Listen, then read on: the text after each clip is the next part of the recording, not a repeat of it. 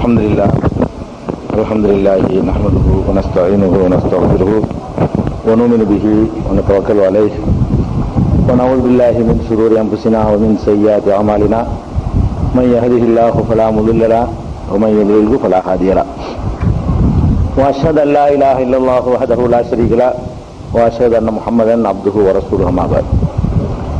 கண்ணியத்திற்குரிய எல்லாம் வல்ல அல்லாஹ் ஜல்ல ஷானஹு தஆலாவின் நல்லடியார்களே, அல்லாஹுடைய பேரருளால் ஒவ்வொரு வாரமும் ஞாயிற்றுக்கிழமை தோறும் நபிமார்களுடைய வரலாறு என்ற தொடர் நிகழ்ச்சியில மூசா அலைஹிஸ்ஸலாத்து வஸ்ஸலாம் அவர்களுடைய வரலாற்றில் உள்ள முக்கியமான நிகழ்ச்சிகளை நாம் கடந்த சில வாரங்களாக அறிந்து வருகிறோம். அதன் தொடர்ச்சியாக மூசா அலைஹிஸ்ஸலாத்து வஸ்ஸலாம் அவர்களுடைய வரலாற்றில் மிக முக்கியமாக நாம் அறிந்து கொள்ள வேண்டிய செய்தி என்னவென்றால், நம்முடைய இந்த ஐங்கால தொழுகை, இந்த தொழுகை நமக்கு ஐங்கால தொழுகை என்ற அந்த கிஃப்ட், அல்லாஹ்வுடைய அந்த அருள் கிடைத்திருப்பதற்கு மூசா நபி அவர்களே அல்லாஹ் ஒரு காரணமாக ஆக்கியிருக்கிறான். அதனால மூசா நபி அவர்களுடைய வரலாற்றில் நமக்கு கிடைச்ச ஒரு பயன் அது என்ன பயன் என்று சொன்னால், மூசா அலைஹிஸ்ஸலாத்து வஸ்ஸலாம் அவர்களே நபிகள் நாயகம் ஸல்லல்லாஹு அலைஹி வஸல்லம் அவர்கள் மேராஜ் என்ற பயணத்திற்காக இறைவனால் அழைத்து செல்லப்பட்டார்கள். இதை நம்ம எல்லாரும் தெரிந்து வைத்திருக்கிறோம். அந்த மேராஜ் என்ற பயணத்தின் போது அல்லாஹ் ரப்புல் ஆலமீன் 50 வக்து தொழுகையை முதலில் கடமையாக்குகிறான். 50 வக்து தொழுகையை கடமையாக்கி விட்டு அதை பெற்றுக்கொண்டு வரும் பொழுது மூசா அலைஹிஸ்ஸலாத்து வஸ்ஸலாம் அவர்களை வழியில அங்க வானுலகில நபிகள் நாயகம் ஸல்லல்லாஹு அலைஹி வஸல்லம் அவர்கள் சந்திக்கிறார்கள். சந்தித்த உடனே உங்களுடைய சமுதாயத்திற்கு இறைவன் என்ன கொடுத்தான் என்று மூசா அலைஹிஸ்ஸலாம் அவர்கள் கேட்கிறாங்க. 50 வக்து தொழுகை கடமையாக்கி இருக்கிறான் என்று நான் சொன்னேன். நபிகள் நாயகம் சொல்றாங்க, மூசா நபி இடத்துல கேட்டார்கள், உங்களுடைய சமுதாயத்திற்கு அல்லாஹ் கடமையாக்குனது என்ன என்று கேட்டவுடனே ஃபர்ல 50 ஸலா, 50 தொழுகைகளை அல்லாஹ் கடமையாக்கி இருக்கிறான் என்று சொன்னேன். உடனே மூசா நபி சொன்னார்கள், ஃபர்ஜி இலா ரப்பிக, நீங்க இறைவன்ட்ட மறுபடி ரிட்டனா திரும்பி போங்க. ஏன்னு கேட்டா, இப்ப இன்ன உம்மத்தக்க லா துதீகு அலிக்க, உங்க சமுதாயத்துக்கு இதுக்கு சக்தி கிடையாது. உங்க சமுதாய மக்களுக்கு 50 வக்தெல்லாம் தொழுகிறதுங்கிறது அது சாத்தியப்படாது, ரொம்ப சிரமப்படுவாங்க. இறைவன்ட்ட போய் ஏதாவது கொஞ்சம் குறைச்சு கேளுங்க என்று மூசா நபி எனக்கு சொன்னார்கள்.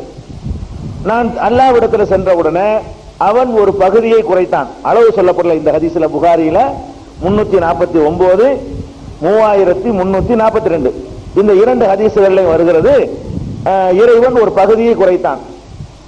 திரும்ப நான் வரும்பொழுது மூசா அலைஹிஸ்ஸலாம் பார்த்து மறுபடியும் திருப்பி அனுப்புறாரு. இதுவும் முடியாது, எவ்வளவு குறைச்சான்னு சொல்லல. ஒரு பகுதியை குறைச்சா 5 குறைச்சான்னு வச்சுக்கிற வேண்டியதான். திரும்பி போனவொடனே திரும்பி அல்லாஹ் இப்படி குறைச்சான். இப்படியே போய் கடைசியா 5 வக்து தொழுகையாக இறைவன் கடமையாக்கினான் என்று நபிகள் நாயகம் ஸல்லல்லாஹு அலைஹி வஸல்லம் சொன்ன செய்தி புகாரியில 349, 3342 ஆகிய எண்களை கொண்ட ஹதீசுகளாக பதிவு செய்யப்பட்டிருக்கிறது. இதே சம்பவத்தை 3207 புகாரியில 3207வது ஹதீஸ்ல என்ன இருக்குன்னு கேட்டா, அந்த இன்னும் கொஞ்சம் விவரமா இருக்கிறது. மூசா அலைஹிஸ்ஸலாத்துல வந்த உடனே உங்களுக்கு என்ன கடமையாக்கினான் உடனே அவங்க 50 வக்துங்கிறாங்க. அப்ப மூசா நபி சொல்றாங்க, மக்களை பற்றி உமக்கு அனுபவம் பத்தாது, எனக்கு ரொம்ப அனுபவப்பட்டிருக்கிறேன். மூசா நபி சொல்றாங்க, இந்த ஆட்களோட மாரடிச்சு உனக்கு குறைவா இருக்கிற, உனக்கு அனுபவம் பத்தல, நான் இந்த மக்களோட ரொம்ப பாடுபட்டு இருக்கிறேன். உண்மையில அவர்கள் அதிகமா பாடுபட்டு இருக்காரு. மூசா நபி பட்ட அளவுக்கு யாரும் என்ன செய்யல, அவங்க சமுதாயத்துல ரொம்ப டார்ச்சருக்கு உள்ளானது இல்ல. மற்ற எதிரிகளுடைய டார்ச்சர் எல்லாருக்கும் ஏற்பட்டிருக்குது. அவங்களை ஏற்றுக்கொண்டவர்களாலேயே ரொம்ப ரொம்ப தொல்லைகளை அனுபவிச்சது யாருன்னு கேட்டா மூசா நபி தான். அவங்க அதை சொல்றாங்க, ஆனா அலமுன் நாசி பின்னாசி மின்க, உன்னை விட மனிதர்களை நல்லா தெரிஞ்சால் நான் தான். ஆலஜ்து பனி இஸ்ராயில் அசத்தல் முஆலஜா, இந்த இஸ்ரவேல் மக்களோட ரொம்ப கடுமையாக நான் தொல்லைக்குள்ளாக்கப்பட்டிருக்கிறேன். அதனால சொல்றேன் கேட்டுக்க, உன்னுடைய சமுதாயத்துக்கு இது முடியாது. நீ 50 வக்துன்னு வாங்கிட்டு போன, 50 வக்து தொழுகையை கடமையாக்குனா தொழுகிற ஆளுக்கு இருக்க மாட்டாங்க. அப்புறம் உன் உம்மத்துக்கு முடியாது. 5 முடியல பாக்குற மாதிரி இல்ல. மூசா நபி சொல்லாம இருந்தது 50 ஆக்கி இருந்தா பள்ளியில இழுத்து போட்டு போயிருக்க வேண்டியதான். 5க்கே இப்ப வந்து எத்தனை பேர் தொழுகிறோம்? அந்த நேரத்தில் அவர் கிராஸ் பண்ண வச்சு எல்லாம் என்ன செய்யறான், அப்படி ஒரு வேலையை செய்யறான். அப்ப நான் இறைவனிடத்தில் சென்ற உடனே கேட்டேன், அழகா 40 இறைவன் ஆக்கினான். அந்த கொஞ்சம் குறைச்சாண்டு அந்த ஹதீஸ்ல வருதுல, அதுக்கு விளக்கம் இதுல வருது. 3207 50 இருந்தது வந்து 40வது, 40 மறுபடியும் 30வது, 30 மறுபடியும் 20வது, 20 10வது, 10 5வது. அப்ப எத்தனை டைம் போனாங்கன்னு வச்சுக்கிற வேண்டியதான். நீங்க முதல்ல 50 வாங்கிட்டு ஒருக்கா வர்றாங்க 1, மறுபடியும் வந்து போய் 40 வாங்கிட்டு வர்றாங்க 2, 30 வாங்கிட்டு வர்றாங்க 3, 20 வாங்கிட்டு வர்றாங்க 4, 10 வாங்கிட்டு வர்றாங்க 5, 5 வாங்கிட்டு வர்றாங்க 6. 6வது டைம்ல ரிட்டர்ன் எத்தனை டைம் நீ கணக்கு பண்ணிக்கிற வேண்டியதான். அப்ப இங்க வர திருப்பி போவ இப்படியே இருக்கு. இந்த 5க்கு விட மாட்டேங்கிறார் அவரு. முன்னாடி 5க்கு உங்க ஆளுகளுக்கு சரிப்பட்டு வராது.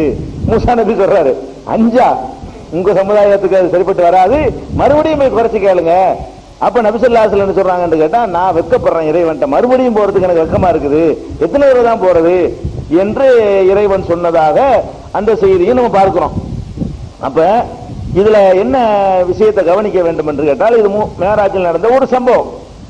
இந்த சம்பவத்தை குறித்து நிறைய பேர் இந்த ஹதீசுகளை நிராகரிக்கக்கூடிய ஒரு கூட்டம், இதெல்லாம் சரியில்லை, என்ன 50 ஆக்குனாங்களா, முறையே 5 ஆக்கிற வேண்டியதானே, 50 ஆக்குற, அப்புறம் 40 ஆக்குற, அப்புறம் 30 ஆக்குற, டிராமா இது, நாடகமா இது என்ற மாதிரி எல்லாம் விமர்சிக்கக்கூடியவர்களாகவும், இது மாதிரியான மேராஜ் என்று ஒரு நிகழ்ச்சியை நடக்கவில்லை என்பது போலவும் அவங்க வந்து சொல்லிக் கொண்டிருக்கிறார்கள். அதுக்கு என்ன காரணம்னு கேட்டா, ஒரு இரவு நேரத்தில் இங்க இருந்து போய் வான் உலகத்தை போய் 7 வானத்தையும் கடந்து அங்க உள்ள விஷயங்களை எல்லாம் பார்த்துட்டு அப்புறம் இறைவன்ட்டையும் உரையாடி விட்டு ஒரு ராத்திரில ரிட்டர்ன் ஆகி பல இடத்துக்கு வந்துட்டாங்க என்பது அவங்களுடைய அறிவுக்கு ஏத்துக்கிறது கஷ்டமா இருக்கு. ஒரு இரவு நேரத்தில் எல்லாம் ஒரு இரவுல அவ்வளவு வேலையை முடிஞ்சதா இல்லையா, அது ரொம்ப ஏத்துக்கிறது கஷ்டமா இருந்தவங்க என்ன பண்றாங்கன்னு கேட்டா, இது சரி நடந்திருக்காது அப்படிங்கிறாங்க. அதே நேரத்தில் வந்து ஹதீசுகள்ல மாத்திரம் இது இருந்தால் அவருடைய ஆட்சேபனை ஓரளவுக்காக எடுத்துக்கலாம். குர்ஆன்லயே இதை பற்றி அல்லாஹ் வந்து சொல்லதான் செய்யறான். குர்ஆன்லயே அவங்க என்னன்னு கேட்டா, குர்ஆன்ல வந்து அல்லாஹ் எல்லாத்தையும் தொகுத்து ஒரு இடத்துல சொல்ல மாட்டான். குர்ஆனுடைய சிறப்பு என்னன்னு கேட்டீங்கன்னா, ஒவ்வொரு விஷயத்தையும் அங்க கொஞ்சம் இங்க கொஞ்சமா தான் இருக்கும். நம்ம கொஞ்சம் கஷ்டப்பட்டு தேடி எடுக்கணுங்கிறதுக்காக வேண்டி அல்லாஹ் அங்கங்க நினைஞ்சிருக்கான். அப்படித்தான் எல்லா விஷயங்களையும் வச்சிருக்கான். தொகுத்து தான் நம்ம எடுக்க வேண்டி இருக்கிறது. குர்ஆன்ல என்ன இருக்குன்னா, பனி இஸ்ராயில் ஒரு சூரா, இஸ்ரா என்று அந்த சூறாவை சொல்லுவாங்க. 17வது அத்தியாயம், 15வது ஜுஸுன்னு சொல்லுவாங்க ஆரம்பம். சுப்ஹானல்லதி அஸ்ரா பி அப்திஹி லைலம் மினல் மஸ்ஜிதில் ஹராமி இலல் மஸ்ஜிதில் அக்ஸா. மஸ்ஜிதுல் ஹராமில் இருந்து, மஸ்ஜிதுல் ஹராம்னா காபாவுடைய வளாகம், மக்காவுல இருக்கக்கூடிய காபாவுடைய வளாகத்தில் இருந்து மஸ்ஜிதுல் ஹராமில் இருந்து மஸ்ஜிதுல் அக்ஸா வரைக்கும். மஸ்ஜிதுல் அக்ஸாங்கிறது இப்ப இருக்கிற பைத்துல் முகத்தஸ்ங்கிறோம்ல, ஜெருசலம், ஜெருசலம்ல உள்ள அந்த பைத்துல் முகத்தஸுக்கு பேர் தான் மஸ்ஜிதுல் அக்ஸான்னு பேரு. அப்ப மஸ்ஜிதுல் ஹராம்ல இருந்து மஸ்ஜிதுல் அக்ஸா வரைக்கும் ஒரு இரவில் தனது அடியாரை அழைத்து சென்றவன் தூயவன் அப்படின்னு அந்த ஆயத்தை ஆரம்பிக்குது. சுப்ஹானல்லதி, அவன் ரொம்ப பரிசுத்தமானவன். அஸ்ராபி அப்திஹி, தனது அடியாரை வந்து அழைத்து சென்றான். லைலன், ஒரு இரவில் அழைத்து சென்று விட்டான்.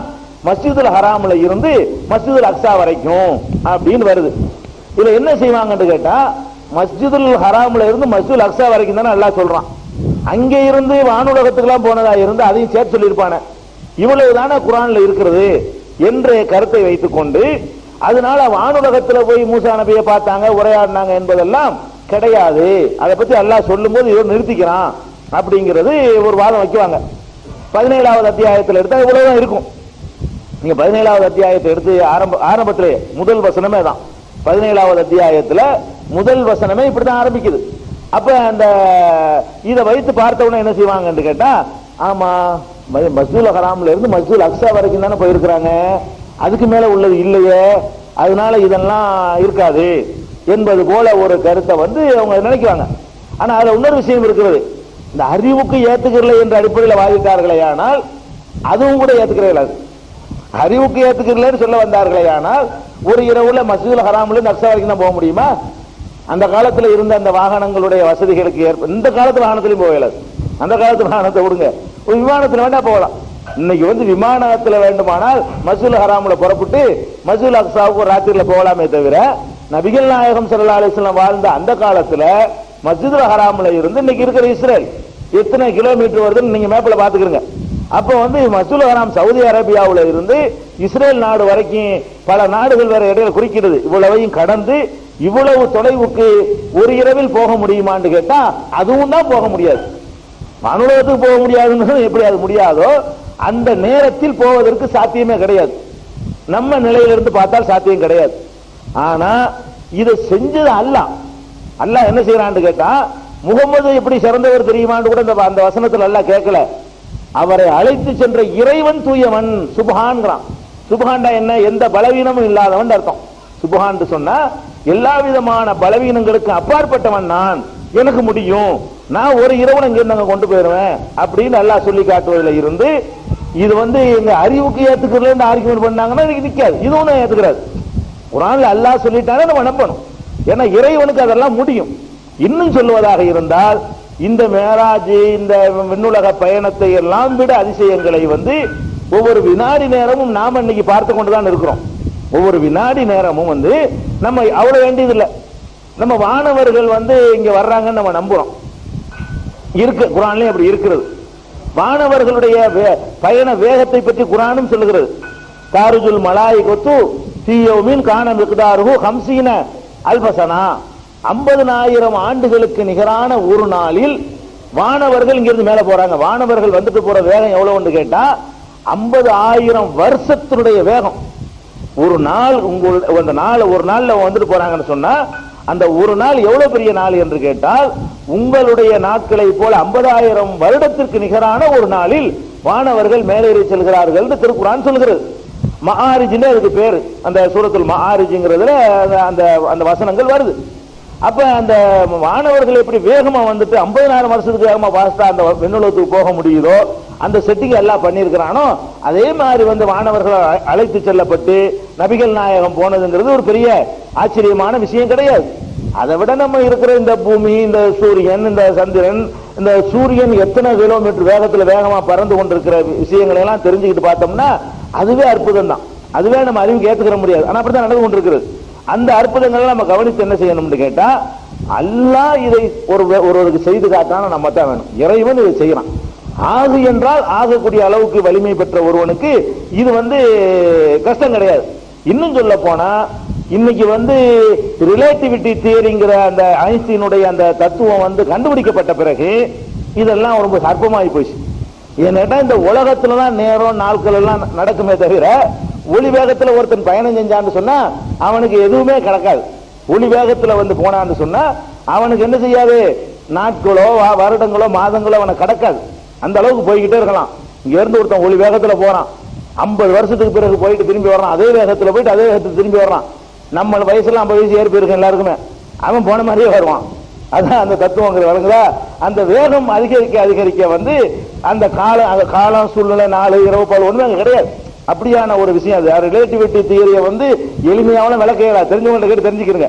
அதெல்லாம் கண்டுபிடிச்ச பிறகு இதெல்லாம் ஒரு விஷயமே கிடையாது. அங்க வேகமா அதுக்கு என்ன பாஸ்டர் எல்லாம் கூட்டிட்டு போனானோ, ரசூல் ஸல்லல்லாஹு அலைஹி வஸல்லம் அவர்களை என்ன வேகத்துல அல்லாஹ் கூட்டிட்டு போனானோ, ஒளியை மிஞ்சிற வேகத்துல கூட்டிட்டு போயிருந்தான்னு சொன்னா கண்டிப்பா ஒரு இரவுல போயிட்டு வந்தால் ஒன்று பெரிய இங்க ஒண்ணு மாற்றமே நடந்திருக்காது. அங்க லட்சம் வருஷத்துக்கு நடக்கிற காரியங்கள்லாம் நடந்து முடிஞ்சிருக்கு. ஆனா அவர் இங்க இருந்து சேரும்போது ஒரு வினாடி தான் கழிஞ்சிருக்கும். ஆனா அவர் அங்க கடந்த பிறகு லட்சம் ஆண்டுகள் நடக்கக்கூடிய அம்புட்டு வேலையும் பார்த்துட்டு இங்க வந்து இறங்கினார்னு சொன்னா பூமியில் எவ்வளவு கடந்திருக்கும்னு கேட்டா ஒரு 5 நிமிஷம் தான் கடந்திருக்கும். இது வந்து இன்னைக்கு வந்து ஆச்சரியகரமான விஷயமே கிடையாது. இது வந்து அந்த தத்துவங்களை வந்து அந்த சார்பியல் அதுக்கு பேரு, அதை பற்றி தெரிந்தவர்கள்ட்ட கேட்டீங்கன்னா சொல்லுவாங்க. அதனால அறிவு ரீதியாக சாத்தியம் எல்லாம் பார்க்க தேவையில்லை, சாத்தியம் தான். இறைவனுக்கு இன்னும் சாத்தியம். ஒளி வேகத்துல போனால் சாத்தியம் இவனை ஒத்துக்கிறான். இறைவனுக்கு ஒளி வேகத்துல இறை தன்னுடைய தூதரை கூட்டிட்டு போக முடியாதா? இறைவனுக்கு கூட்டிட்டு போக முடியும். அதனால அதுல குழப்பம் வர வேண்டிய தேவையில்லை. அடுத்து என்ன பிரச்சனைன்னு கேட்டா, இப்ப இந்த பனி இஸ்ராயீல்ங்கிற சூறாவுல வந்து இவ்வளவுதானே இருக்குது. அறிவுக்கு ஏத்துக்கிறதாங்கிறதுக்கு வச்சிருவோம். பனி இஸ்ராயீல்ங்கிற அத்தியாயத்துல என்ன இருக்குன்னு கேட்டா, மஸ்ஜிதுல் அக்ஸா வரைக்கும் தான் இருக்குது. ஜெருசலம் வரைக்கும், பைத்துல் முகத்தஸ் வரைக்கும் தான் நபிகள் நாயகம் ஸல்லல்லாஹு அலைஹி வஸல்லம் போனாங்க, கொண்டு போனாங்கிற விஷயம் இருக்குது. அவ்வளவுதானான்னு கேட்டீங்கன்னா 53வது அத்தியாயத்துல சூரத்து நஜ்முன்னு அதுக்கு பேர், ஒன் நஜ்மின்னு ஆரம்பிக்கும் இல்லையா, நட்சத்திரங்கள். அந்த நட்சத்திரம் என்ற ஒன் நஜ்மி என்ற சூறாவுல இந்த மேராஜ் பயணத்தை பற்றி இன்னும் அழகான முறையில அல்லாஹ் வந்து சொல்லி காட்டுறான். ஒரு இடத்துல தொகுப்பா தான் இருக்காதே தவிர நபிகள் நாயகம் ஸல்லல்லாஹு அலைஹி வஸல்லம் அவர்கள் வந்து இங்க இருந்து விண்ணுலகத்துக்கு போனாங்க இந்த பைத்துல் முகத்தஸோட அவங்களுடைய பயணம் நிக்கல, அதையும் தாண்டி போனார்கள் அப்படிங்கிறதுக்கு வந்து இதுல வந்து சூரத்து நஜ்முல அல்லாஹ் வந்து சொல்லி காட்டுறான். எப்படி சொல்றான்னு கேட்டா, ஓன் நஜ்மி இலாஹவா, அதுல சத்தியம் பண்றான், நட்சத்திரத்துக்கு சத்தியமாக மாவல்ல சாஹிபுக்குமாகவா, உங்களுடைய தோழர், உங்களுடைய தோழர்னா முகமது, மக்களை பார்த்து அல்லாஹ் சொல்றான், உங்களுடைய தோழர் முகமது இருக்கிறார, அவர் வழிகட்டு போய்விடவில்லை, அவர் திசை மாறி போயிடவில்லை. எதுக்கு இது அல்லாஹ் சொல்றான்னு கேட்டா, நபி ஸல்லல்லாஹு அலைஹி வஸல்லம் அவர்கள் வந்து நபின்னு சொல்வதற்கு முன்னாடி வரைக்கும் அந்த மக்கள்கிட்ட நம்பிக்கை பெற்றிருந்தாங்க. நபின்னு சொல்றதுக்கு முன்னாடி கெட்டவங்க அறியப்படல, நேர்மையாளர், பொய் சொல்லாதவர், எந்த உலக ஆதாயத்தையும் நம்மள்ட்ட இருந்து எதிர்பார்க்காதவர், சுத்தமானவர் என்றெல்லாம் நம்பி இருந்தாங்க.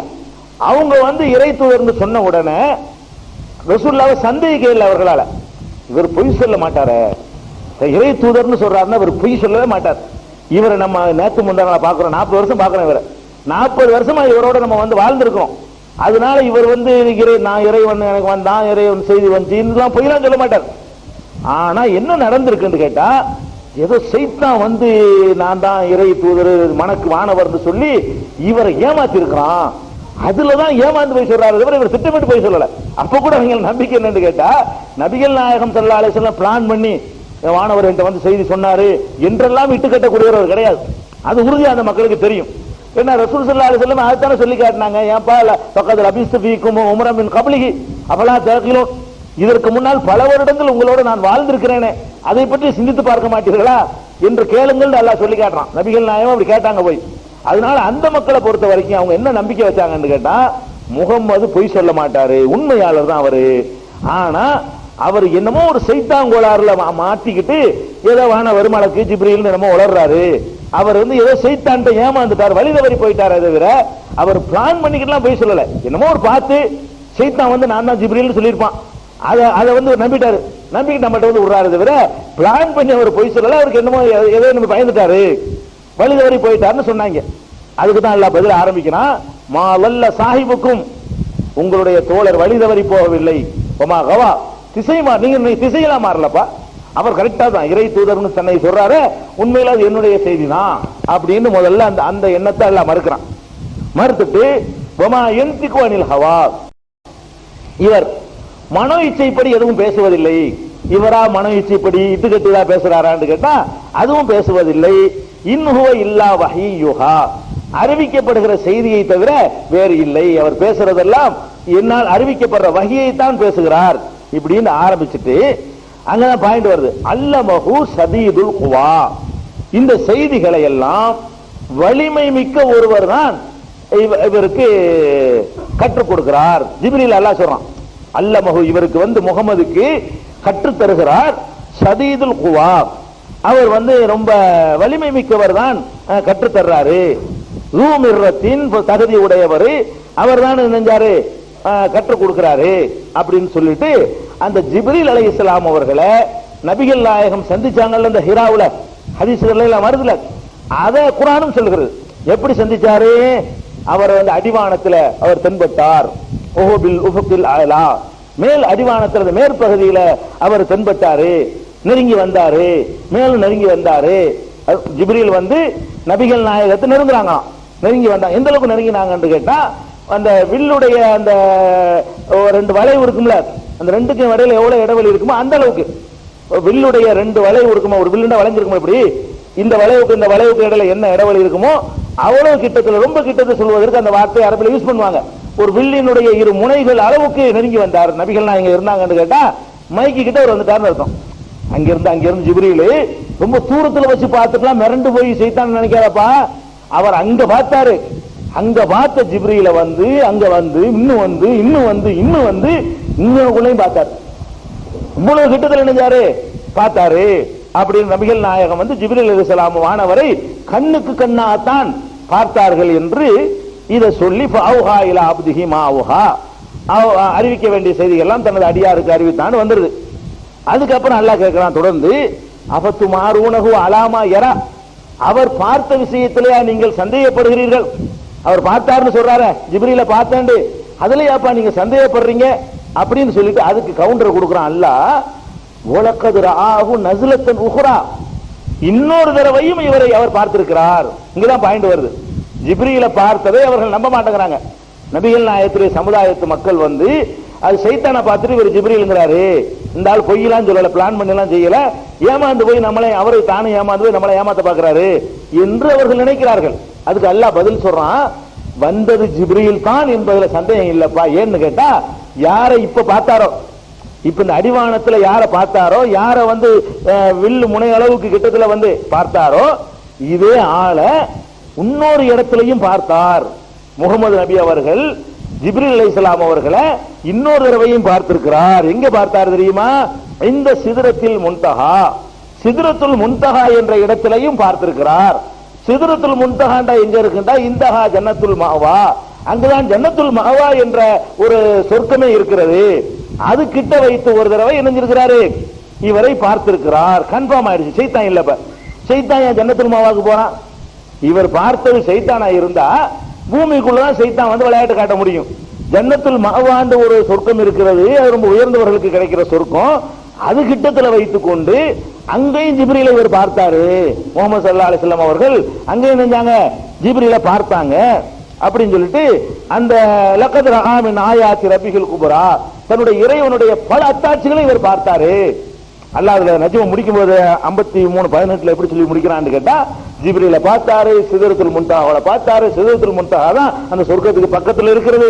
அந்த சிதறத்திலேயே எப்படி என்ன ஒரு கவர்ச்சி, அந்த சிதறத்துல் முன்தஹா என்ற ஒரு இடம் வந்து அல்லாஹ் சொல்றான், இது யுகஸ் இது யுகஸ் சிதறத்த மாயகசா, அத வந்து அப்படி கண்கள் நிலை குத்தி போற அளவுக்கு ரொம்ப கவர்ச்சியான ஒரு அம்சமாக அந்த சிதறத்துல் முன்தஹா இருந்ததுன்னு சொல்லிவிட்டு, லகத் ரஆ மின் ஆயாத்தி ரப்பிஹில் குப்ரா, தம் இறைவனுடைய அத்தாட்சிகள் பலவற்றை நபி ஸல்லல்லாஹு அலைஹி வஸல்லம் அவர்கள் அங்கே கண்டார்கள். ஜிப்ரீலையும் கண்டார்கள், பலரையும். அப்ப வந்துருச்சு. என்ன பாயிண்ட்னு கேட்டா, ஜிப்ரீல் அலைஹிஸ்ஸலாத்து வஸலாம் அவர்களை நபிகள் நாயகம் ஸல்லல்லாஹு அலைஹி வஸல்லம் இந்த ஹிரா என்ற அந்த மலை குகையில கிட்டத்துல பார்த்த மாதிரி இறைவனால் அழைத்து செல்லப்பட்டு இன்னொரு தடவை அங்க பார்த்துட்டார்.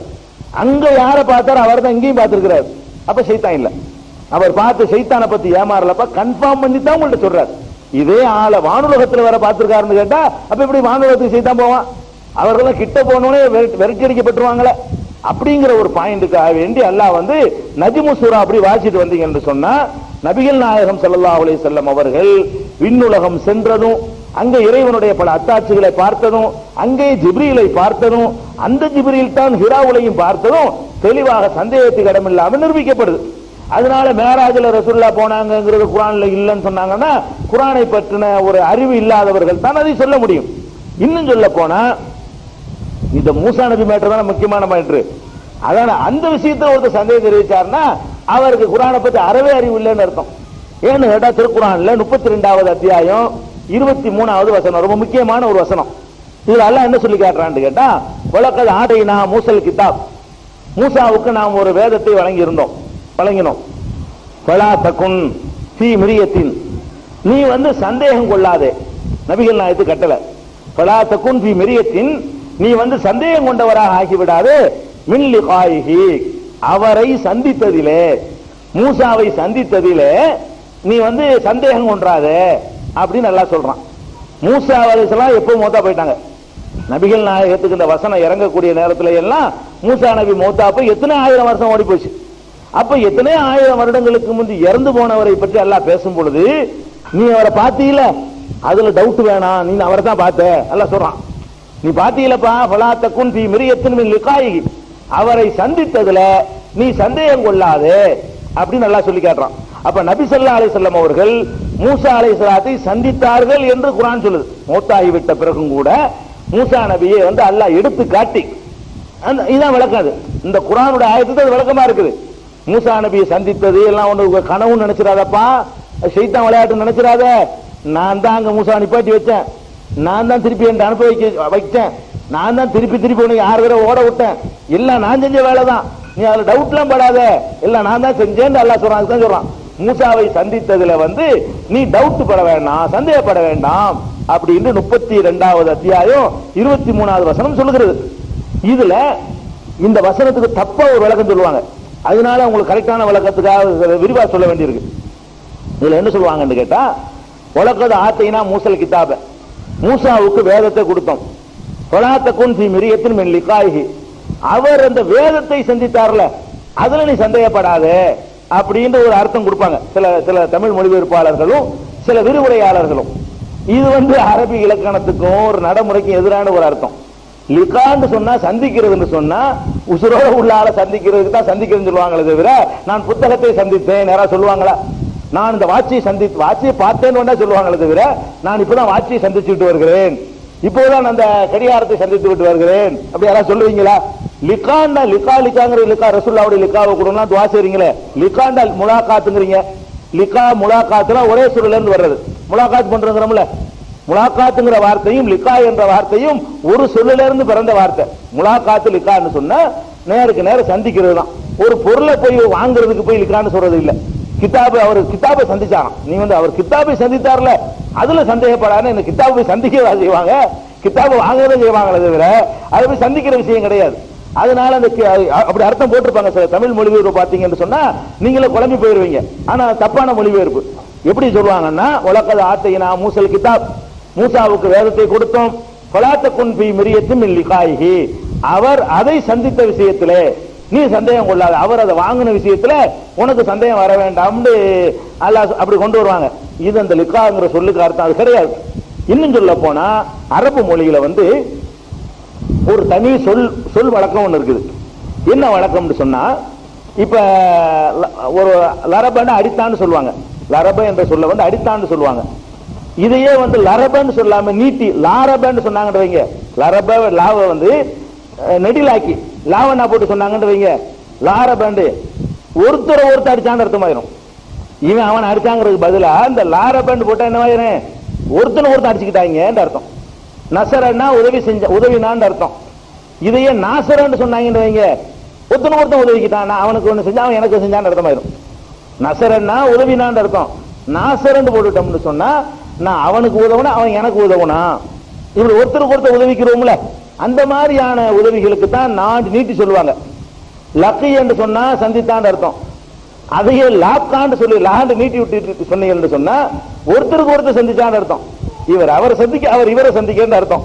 இந்த லிகா என்ற சொல் இருக்கு பாருங்க, அது லக்கியாவுல இருந்து வரல, லாக்காவுல இருந்து வரக்கூடிய அதுல இருந்து அந்த லிகாங்கிற சொல்லு பிறக்கும், அதுலதான் பிறந்து இருக்கிறது. அப்ப இந்த சொல்லுக்கு என்ன அர்த்தம் கேட்டா ஒருத்தருக்கு ஒருத்தர் சந்திச்சுன்னு அர்த்தம்.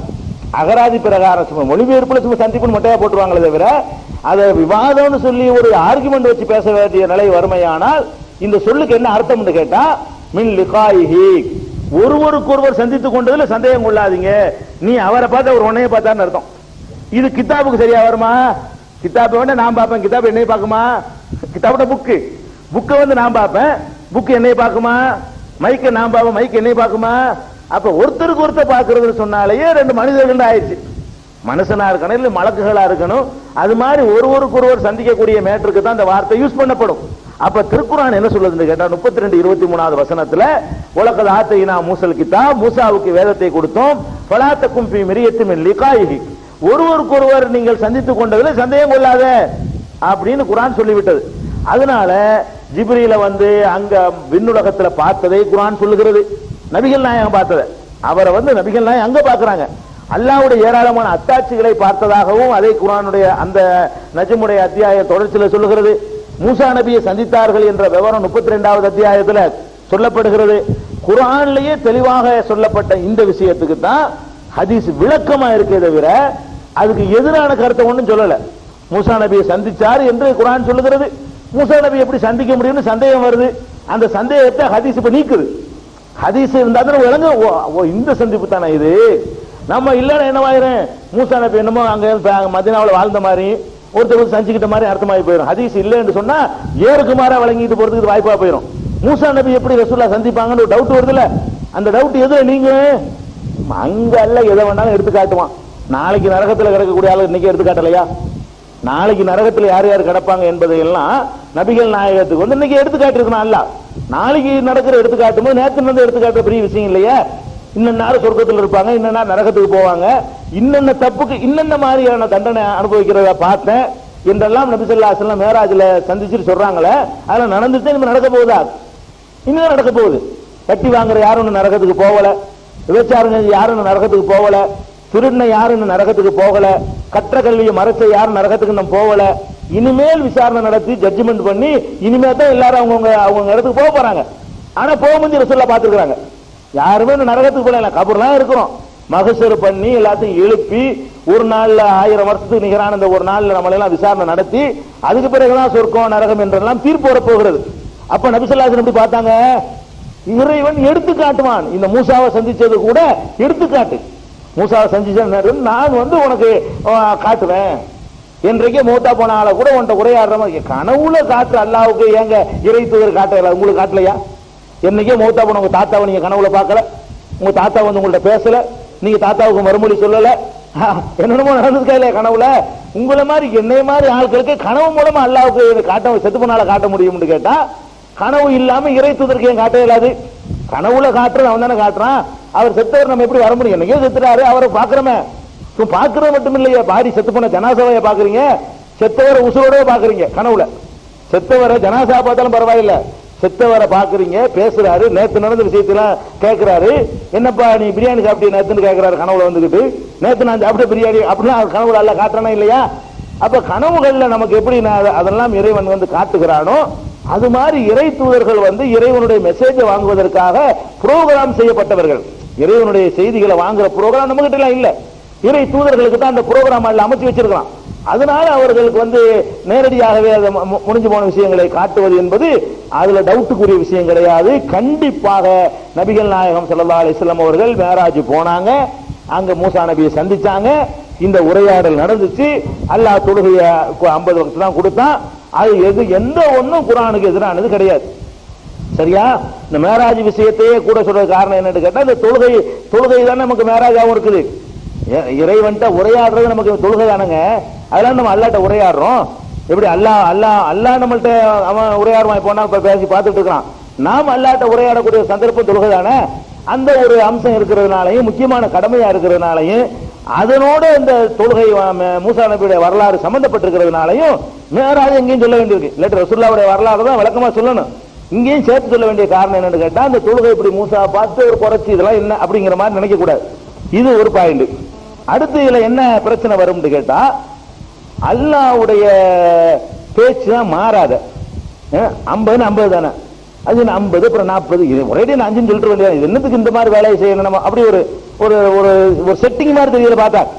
பார்த்தோம்னு சொன்னா ஃபர்ஸ்ட் 50 மர ஒரு ஆளை நிப்பாட்டி வச்சு கேட்க சொல்லி 40, மறுபடியும் கேட்க சொல்லி 30, 20, 10, 5 அதோட அப்படி இப்படிங்கிறது என்னத்துக்கு? இது எடுத்து இப்படி சொல்லிட்டு போயிட வேண்டியதானே அல்லாஹ் அப்படிங்கிற. அது குர்ஆன்லயும் பல வசனங்கள் அப்படி இருக்குது. என்ன இருக்குது?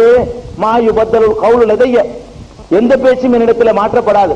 குர்ஆன் அல்லாஹ் சொல்லி காட்டுறான். சொன்னதுதான் அதை மாத்திர விளையாட்டு நம்ம கிட்ட கிடையாது. அல்லாஹ் குர்ஆன்ல என்ன செய்யறான்?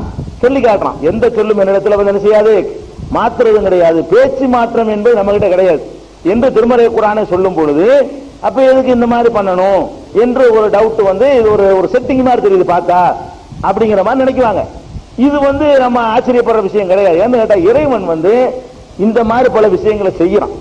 இறைவன் என்ன செய்யறான்னு கேட்டா, சும்மா நேரடியா செய்யற எத்தனை விஷயங்கள் இருக்கும். இப்ப மூசா நபி, இதே மூசா நபி காலத்துல ஒரு ஆளை கொண்டு விட்டாங்க. கொலையாளி யாருன்னு கேட்கறாங்க. ஒரு வகையில் அறிவிச்சுட்டு போயிட வேண்டியதானே. கொலையாளி இருந்தால்தான் கொலையாளி புரிஞ்சு வச்சுல கதை. அதுக்கு எல்லாம் என்ன பண்றான்? கொலையாளியா மாட்டாருங்கிறான். மாட்டாருன்னு அறுத்துற வேண்டியதானே. அவங்களை மறுபடியும் கேட்க வைக்கிறான். என்ன மாடு, அது என்ன கலரு, அது என்ன உயரம், இப்படி எவ்வளவு கேள்வி கேட்டாங்க. இது அல்லாஹ் பண்ண வைக்கிறான். கடைசியா எந்த மாட்டை அல்லாஹ் நினைச்சிருக்கிறானோ அந்த பர்டிகுலர் மாட்டுல தான் அந்த பாயிண்ட் வச்சிருக்கான் அல்லாஹ். ஒரு பர்டிகுலர் ஒரு மாட்டுல உள்ள ஒரு பார்த்து தான் இவனை உயிராக்கக்கூடிய ஒரு அம்சம் இருக்குது. செத்து போன உயிராக்கக்கூடிய அம்சம். அவன் எந்திரிச்சு தன்னை கொன்றது யாருன்னு சொல்ல போறான். அதுக்கு அல்லாஹ் ஃபர்ஸ்ட் என்ன சொன்னா, அல்லாஹ்வுடைய நோக்கமே இந்த பர்டிகுலர் மாடு தான், எந்த மாடுங்கிறது கிடையாது. ஆனா அது அல்லாஹ் எப்படி செஞ்சா அந்த விஷயத்தை கொண்டு வந்தான்? மாட்டை அருண்டான். அவங்க வாயில இருந்த மாடுதான் என்ன விளையாடுறியா? கொலையாளி யாருன்னு கேட்டா நீ மாடுங்கிற. அது நெசமா தாப்பா, நான் விளையாடலப்பா. அப்படியா? என்ன மாடு? அது விவசாயத்துக்கு பயன்படுத்தப்படாத மாடு, உழவு வேலைக்கு பயன்படக்கூடாது, தண்ணி இறைச்சி இருக்கக்கூடாது, அது மஞ்சள் கலரா இருக்கணும், அது எப்படி இருக்கணும், கிழட்டாவும் இருக்கக்கூடாது, அது கன்றாவும் இருக்கக்கூடாது, நடுத்தர வயசு உள்ளதா இருக்கணும். ஒன்னு சொன்ன உடனே பத்தலைங்கிறாங்க விவரம். ஒவ்வொரு விஷயத்தையும் சொன்ன உடனே விவரம் பத்தல, இன்னும் கொஞ்சம் தெளிவா சொல்லு. இது மாதிரி 100 மாடு இருக்குது, இது மாதிரி 1000 மாடு இருக்குங்கிறாங்க, குழப்பறியங்கிறாங்க. கடைசியா அவர் எல்லா அடையாளம் சொல்லி முடிச்சோம். இப்பதான் கரெக்டா சொல்ற அப்படின்னு சொல்லி இந்த குறிப்பிட்ட மாட்டை போய் தேடி பிடிச்சு கொண்டாந்து அறுத்தாங்க.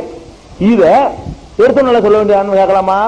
குர்ஆன்ல அல்லாஹ்வுடைய வேலை அப்படி இருக்குங்கிறது முன்மாதிரி இருக்கத்தானே செய்யுது. மூசா நபிக்கு எப்படி இந்த தொழுகை விஷயத்துல அப்படி பண்றானோ அதே செட்டிங் பண்ணனான்னு குர்ஆன்ல இருக்கத்தானே செய்யுது. வேற ஒரு விஷயத்துக்கு இருக்கு, இந்த விஷயத்துக்கு வேண்டாம் இல்ல.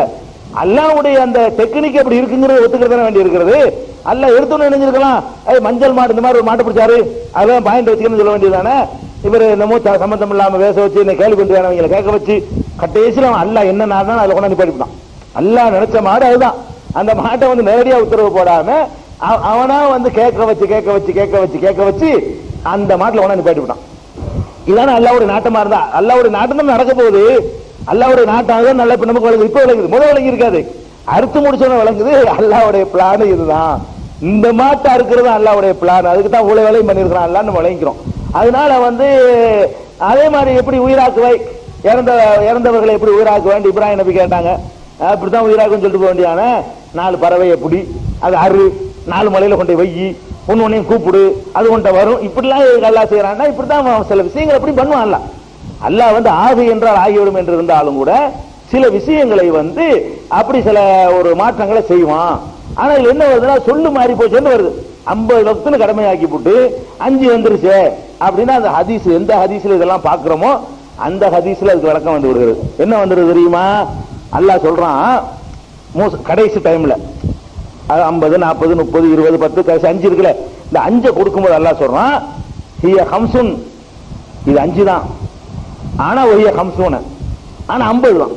இது 5 தான், ஆனா என்னது நன்மையில் 50. ஏன் என்று கேட்டால் லாயு பத்தருள் கவுல் அதைய நம்மள்கிட்ட பேச்சு மாற்றம் கிடையாது. 50 வக்துன்னு எழுதிவிட்டான். நீ 5 செய்யற ஆளுக்கு 50 தந்துட போற, எல்லாம் ஒண்ணுதான். ஒவ்வொன்னும் 10 தான். போ, ஒவ்வொரு தொழுகை என்னது நீ உனக்கு வேண்டா ஒண்ணுன்னு தெரியலாம். நீ சுபுகு தொழுகன்னா 10 தொழுகிறேன்னு அர்த்தம். கணக்குதா? நான் தானே கூலி வர போறவன், நான் 10 எடுத்துக்கிட்டேன் சரியா போச்சு. போ, இப்ப நீ 5 ஒரு சுபுகு தொழுகன்னா என்ன அர்த்தம்? 10 சுபுகு.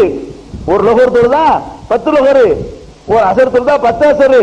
அப்ப எல்லாம் 10 10, 5 10 50 ஓடு. நான் பேச்செல்லாம் மாறல. 50 தானே சொன்னேன், ஏற்கனவே 50 தானே சொன்னேன், இப்போ 50 தான். நீ 5 செஞ்சுட்டு 50 வாங்கிட்டு போ. என்கிட்ட பேச்சு மாற்றம் கிடையாது. 50க்குரிய கூலியை நான் உனக்கு தரப்போகிறேன். அதனால கூலி தானே மேட்ரு, முக்கியமான மேட்ரு. அதனால கூலி தரல எந்த மாற்றமும் இல்ல. உங்கள் மீது கடமையாக்கப்பட்டது 50 தான். 50க்குரிய கூலியை தான் நான் தருவேன். ஆனா 5 செஞ்சா போதும், 5க்கு நான் 50 தந்து விடுவேன் என்று அந்த வசனத்தை சொல்லியே அல்லாஹ் சொன்னதாக. லா யுபத்தலுல் கவுல் லதைய, பேச்சின் இடத்துல மாற்றம் கிடையாது, அதனால 5க்கு 50 தருவேன் என்று சொன்னதாக நம்ம பார்க்கிறோம். அதே மாதிரி வந்து குர்ஆன்லயும் அதை வந்து அல்லாஹ் தெளிவாகவும் சொல்லிட்டான். என்ன சொல்லிட்டான்? மஞ்சா அபில் ஹசனதி ஃபலஹு அஸ்ரு அம்சாலிஹா. எவன் ஒருத்தன் ஒரு நன்மையை கொண்டு வருகிறானோ செய்கிறானோ அவனுக்கு அது போன்று 10 உண்டு. அப்ப 2 முரண் இல்லாம போச்சு. இப்ப 50ங்கிறதும் சரிதான், 1க்கு 10 வேற சொல்லிவிட்டான், அதுவும் குர்ஆன்ல தான் இருக்குது. 2யும் கலந்தா சரியா போச்சு. இப்ப நம்ம தொழுவது 5 வேளை, ஆனா கிடைக்கிறது 50 வேளைக்கு உரிய நன்மை.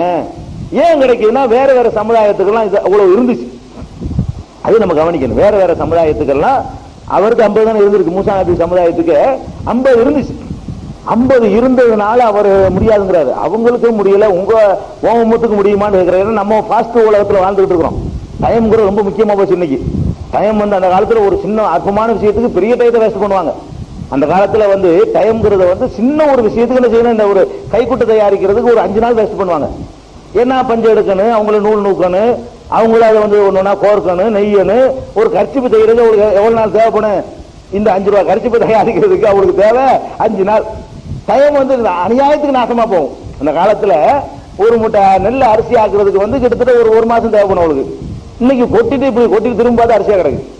நெல்லை கொண்டு கொட்டிட்டு குடிஞ்சு நம்ம டைம் அவ்வளவு ஃபாஸ்டா போயிட்டு இருக்க உலகத்துல நம்ம வாழ்ந்துகிட்டு இருக்கிறோம். அதனால ஃபாஸ்ட் உலகத்துல, விரைவு உலகத்துல வாழக்கூடிய உங்களுக்கு எல்லாம் ஒழுக்க முடியாது. அந்த காலத்துல வேலை வெட்டிலாம் உட்கார்ந்துட்டு இருப்பாங்க, பெரிய வேலைகள்லாம் கிடையாது.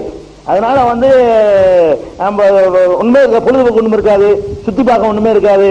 அந்த மாதிரி கடை கண்ணீர் தொழிற்சாலைகள்லாம் ஒண்ணு இருக்காது. இது மாதிரி குறிப்பிட்ட இந்த மாதிரி மிஷினரி ஒர்க்குகள்லாம் அந்த காலத்துல டைம் போட்டு வேலை செய்யலாம் கிடையாது. சும்மா உட்கார்ந்துட்டு இருப்பாங்க. போய் தனியாக வந்து பாய்ச்சிட்டு உட்காந்துட்டு இருப்பாங்க, வயல்ல உட்காந்துட்டு இருப்பாங்க. வயல்ல உட்காந்துட்டு இருக்கிற இடத்துல தொழில் இருக்க வேண்டியதானே, 10 நிமிஷம் சொல்ல வேண்டியதானே. அது வந்து அவங்களுக்கு கஷ்டம் இல்லாம இருந்துச்சு. ஒரு தொழிலுக்கு 5 நிமிஷம் வச்சுக்கிட்டீங்கன்னா 2.5 மணி நேரம் வரப்போகுது. 5, 25, 250 நிமிஷம் வரப்போகுது. 4 மணி நேரம் வருதா?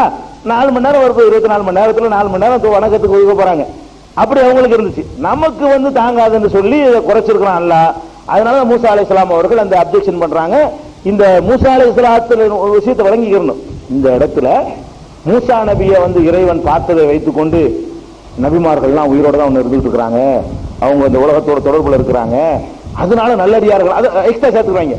நபிமார்களுக்கு வந்தா நபிமார்கள் பார்த்துக்கிறது இல்ல, அதனால நல்லடியார்கள் நபிமார்கள்னா நபிமார்கள் நல்லடியார்கள் கன்ஃபார்ம். வேறு நல்லடியார் நீ எப்படி நல்லடியார்னு சொல்லுவ? அதெல்லாம் சொல்லிவிட்டா நல்லடியார்னு.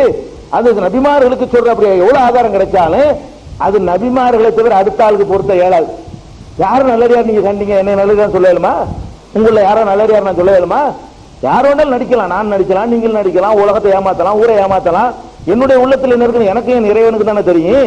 அப்ப எந்த மகான சாவுலமி ஆண்டவர் நான் ஒரு ஆண்டவர் யாரை வேணாலும் சொல்லிட்டு போங்க, நல்லடியார்னு உங்களுக்கு எப்படி தெரியும்? அப்படி அவர் காலத்தில் வாழ்ந்த மக்கள் நினைச்சாங்கன்னு சொல்லலாமே தவிர நல்லடியார்னு எப்படி சொல்லுவீங்க? அதனால நல்ல நபிமார்களுக்கு சில சிறப்புகள் கிடைத்ததாக ஆதாரம் கிடைச்சாலும் கூட நீங்க என்னத்தை கொண்டு வந்து ஃபிட் பண்ணக்கூடாது, நல்லடியார்னு எக்ஸ்ட்ரா கொண்டு சேர்க்கக்கூடாது. நபிமார் நிப்பாட்டிக்கணும்.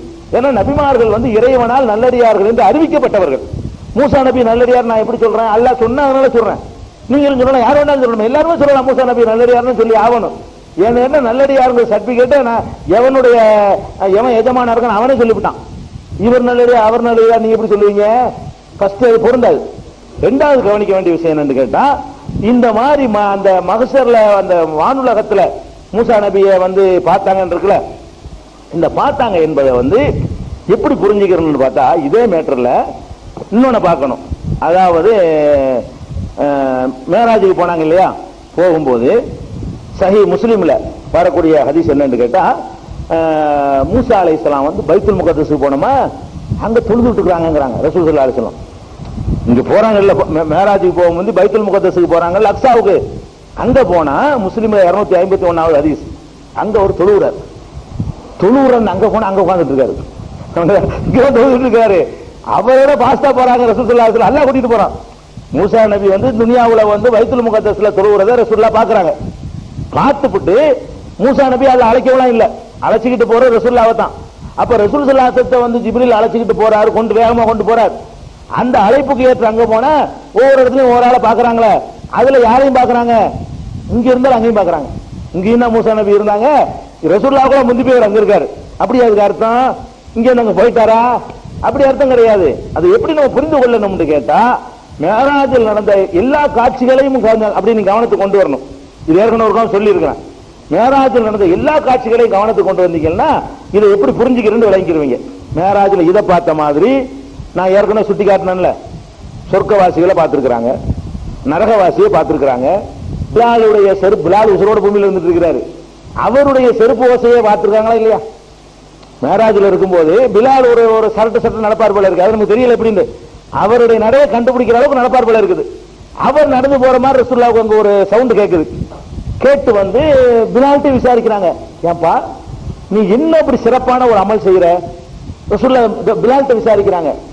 இல்ல நான் வந்து எந்த தடவை ஒழு செஞ்சாலும் 2 ரக்காத் தொழுதுருவேன், அதை தவிர நான் என்ன எக்ஸ்ட்ரா சிறப்பா செய்யறேன், மற்ற எல்லாரும் செய்யற வேலையை தான் செய்யறேன், ஒழு செஞ்சா 2 ரக்காத் தொழுதுருவேன் அதாங்கிறாரு. அப்ப ரசூல் ஸல்லல்லாஹு சொல்றாங்க, உன்னுடைய காலடி ஓசை நாங்க பார்த்தனே அப்படின்னு சொல்லி யார்கிட்ட சொல்றாங்க? பிலால்ட்ட சொல்றாங்க. இப்ப நம்ம இதுல இதுவும் அங்கதான் பார்த்திருக்காங்க. இப்ப நம்ம என்ன கவனிக்கணும்னா, பிலால பார்த்தாங்கல்ல, பிலால் ஆமா நான் தான் போயிட்டு இருந்தேன் சொன்னார் அவரு. பிலால் ரசூல் ஸல்லல்லாஹு அலைஹி வஸல்லம் சொன்னாங்கல்ல, உன் செருப்போசை ஆமா நான் தான் போயிட்டு இருந்தேன் உங்களுக்கு முன்னாடி அப்படின்னு அவர் சொன்னாரா? செருப்போசை ரசூலுல்லாஹ் கேட்டாங்களே தவிர பிலாலுக்கு தெரியல. பிலால் ஓசையை ரசூலுல்லாஹ் கேட்டாங்களே தவிர பிலால் அங்க இருந்தா பிலால் என்ன செஞ்சிருப்பாரு? ஆமா அப்ப எப்ப பார்த்து 1/2 மணி நேரத்துக்கு முன்னாடி அங்கதான் இருந்தேன் சொல்லலாம்ல, 1/2 மணி நேரத்துக்கு முன்னாடி அங்கதான் வந்திருந்தேன், சொர்க்கத்து வாசல் நின்று போனேன் பார்த்திருப்பீல அப்படின்னு அவர் கேட்டாரா? அவர் அங்க இருந்த அவருக்கு தெரியல. யார் அங்க இருந்தாரோ அவருக்கு அங்க இருந்தது தெரியவில்லை. யாருக்கு தெரியுது? இந்த சம்பவத்தை விளங்குற விதத்துக்கு நான் சொல்றேன். அப்ப எடுத்து காட்டினால் அது அல்லாஹ் எடுத்து காட்டுறான்னு விளங்கிக்கிறத தவிர அவர் நேரடியாக அவர் அங்க இருக்கான்னு விளங்கிக்க கூடாது. பிலால் அங்க இருக்கவில்லை, இங்கதான் பிலால் இருந்தார், கண்டிப்பா அங்க இருக்கவே இல்லை. அங்க இருக்கிற அவருக்கே தெரியவும் இல்லை. இறைவன் என்ன செய்யறான்னு கேட்டா, இவர் சொர்க்கத்துக்கு போவார் என்பதை வேற ஒரு சிம்பாலிக்கா அல்லாஹ் உணர்த்துறான். இவர் சொர்க்கத்துக்கு போக போறார் என்பதை வேற ஒரு அறிகுறிகளை வைத்து ரசூலுல்லாஹ்வுக்கு காட்டுறான். இதான் அது விளங்கிக்கிற வேண்டிய விஷயம். அதே மாதிரி என்ன பார்க்கிறோம், அந்த நரகவாசிகளை எல்லாம் ரசூலுல்லாஹ் பார்த்தாங்க. வட்டி வாங்குறவர்களுக்கு வந்து இந்த மாதிரி மண்டையை கல்ல தூக்கி போட்டு உடைக்குவாங்க. திரும்பி வரும்போது ஆத்துக்கரையில இருந்து ஒருத்தர் இங்க ஒருத்தர் நிப்பாரு, அங்க ஒருத்தர் நிப்பாரு, வரும்போதெல்லாம் கல்ல விட்டு எறிவாங்க, மறுபடியும் ஆத்துக்கு இப்படிலாம் ஒரு அந்த வேதனைகள் எப்படி இருக்கும்ன்ற சொல்ல வர்ணிக்கிறாங்க. இதெல்லாம் எப்ப நடக்கும்? இப்ப நடந்துட்டு இருக்கா? இப்ப இன்னைக்கு வெட்டி வாங்கினாலும் அந்த துன்பத்தை அனுபவிக்கிறாங்களா? இல்ல. கண்டிப்பா அந்த நாள் எப்போ நமக்கு தெரியவே செய்யாது. அது ஒரு நாள் வந்த பிறகு நடக்க போகுது. அது யௌமுத்தீன், நியாய தீர்ப்பு நாள் ஒரு நாள் இருக்கிறது. அந்த நாள் விசாரணைக்கு பிறகு இதெல்லாம் நடக்கும். வட்டி வாங்கினது தான் நடக்கும், விபச்சாரம் பண்ணா இதான் நடக்கும், கொலை செஞ்சா இதான் நடக்கும். என்னென்ன நடக்க போகிறதோ அதுகள் எல்லாம் நடக்கிறதுக்கு முன்னாடி ரசூலுல்லாஹ் பார்த்தாங்க. பார்த்தாங்கன்னு என்ன அர்த்தம்? போயிட்டாங்கன்னு அர்த்தமா? நரகவாசி நரகத்துக்கு போயாச்சா? இல்ல. அதே மாதிரி போறாங்க. உமருடைய பங்களா, அந்த பங்களா ஒண்ணு காட்டுறாங்க. அப்ப உமருடைய பங்களாவெல்லாம் அங்கே எல்லாம் முடிஞ்சு போச்சா? எல்லாம் இருக்கு வச்சாச்சா? அப்படி அர்த்தம் கிடையாது. அதை விட்டுருங்க. இப்ராஹிம் நபியை பாக்குறாங்க ரசூல் ஸல்லல்லாஹு அலைஹி வஸல்லம். இந்த பக்கமும் மக்கள், வலது பக்கமும் இருக்கிறாங்க மக்கள், இடது பக்கமும் இருக்கிறாங்க. ஒரு மரத்தடியில உட்கார்ந்து இருக்கிறார் இப்ராஹிம் நபி.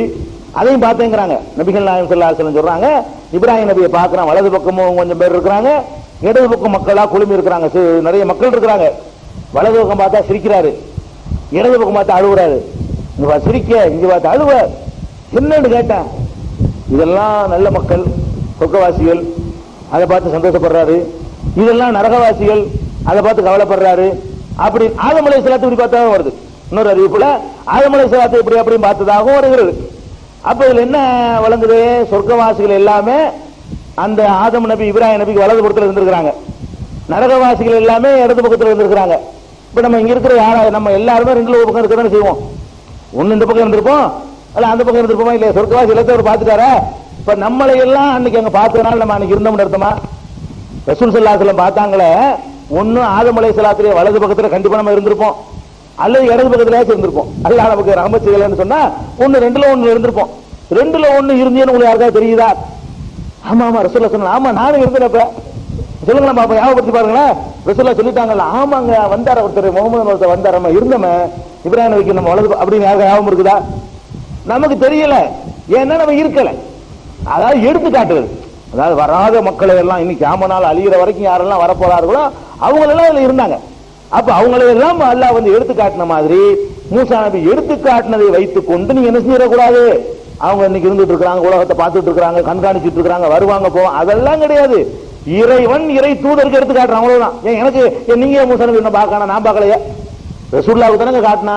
நீங்க யாரோ மூசா நபி பார்த்திருக்கீங்களா? தொழுது இருக்கும்போது போய் இல்ல இல்ல நான் பார்த்தேனா? ஒருத்தருக்கும் காட்ட மாட்டேங்கிறானா?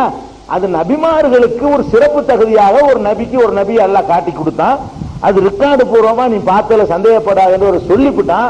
அதனால நம்ம நம்புறமே தவிர இதை வச்சுக்கிட்டு நம்ம மூத்த போனாள்கிட்ட கேட்கலாம், அவங்களுக்கு ஒன்னும் உலகத்துல இயங்கிக்கிட்டு இருக்கிறாங்க, நினைச்சா இங்கேயும் இருப்பாங்க, என்ன சொல்ல வந்துடுறாங்கன்னு கேட்டா ரசூலுல்லாஹ்வுக்குலாம் பாஸ்தா அவர் அங்க ஓடி போயிட்டாருங்கிறாங்க. மகாராஜுக்கு அல்லாஹ் ஊட்டிட்டு போறதுக்கு முன்னாடி அவர் என்ன செய்யறாரு? அவர் ஜிப்ரீல்லாம் ஓட்டு பின்னாடி போய் உட்கார்ந்துட்டு இருக்காரு. அப்படிங்கிற கருத்துக்கு வர பாக்குறாங்க. அதெல்லாம் தப்பு, அப்படி விளங்கிக்கிற கூடாது. இது மூசா நபி வரலாறுல நம்ம தெரிந்து கொள்ள வேண்டிய இன்னொரு மேட்ரு. அடுத்தது வந்து மூசா நபியுடைய மேட்டர்ல இன்னொன்று இருக்குதுங்க. அது என்ன மேட்டர்னு கேட்டா, இது வந்து சில ஆதாரபூர்வமான நூல்கள்லாம் இருக்கிறது. என்ன இருக்குன்னு கேட்டா, மூசா அலைஹிஸ்ஸலாத்துடைய அவங்க மரண வேலை நெருங்கின உடனே மலக்குல் மௌத்தை வந்து அல்லாஹ் அனுப்புறான். மூசா நபிட்ட போய் ஆள் உயிரை வாங்கிட்டு வா அனுப்புறான். அனுப்புனோன்னு அவர் வந்தார். யார்? மலக்குல் மௌத்து. வந்து உயிரை வாங்க வந்திருக்கணும்னு இவருக்கு கோவம் வந்துருச்சு மூசா நபிக்கு. வந்து ஓங்கி ஒரு அறை கொடுக்குறாரு. வழக்கமா அவர் கோவக்காரர் தானே, எதுக்கு கையை ஓங்கிடுவார்ல. அப்ப கையை ஓங்கின உடனே கண்ணுல பட்டு அவருக்கு மலக்குல் மௌத்துக்கு கண்ணெல்லாம் கலங்கி போச்சு. கண்ணு கலங்கி போன உடனே நிறைய அல்லாட்ட திரும்பி போயிடுறாரு.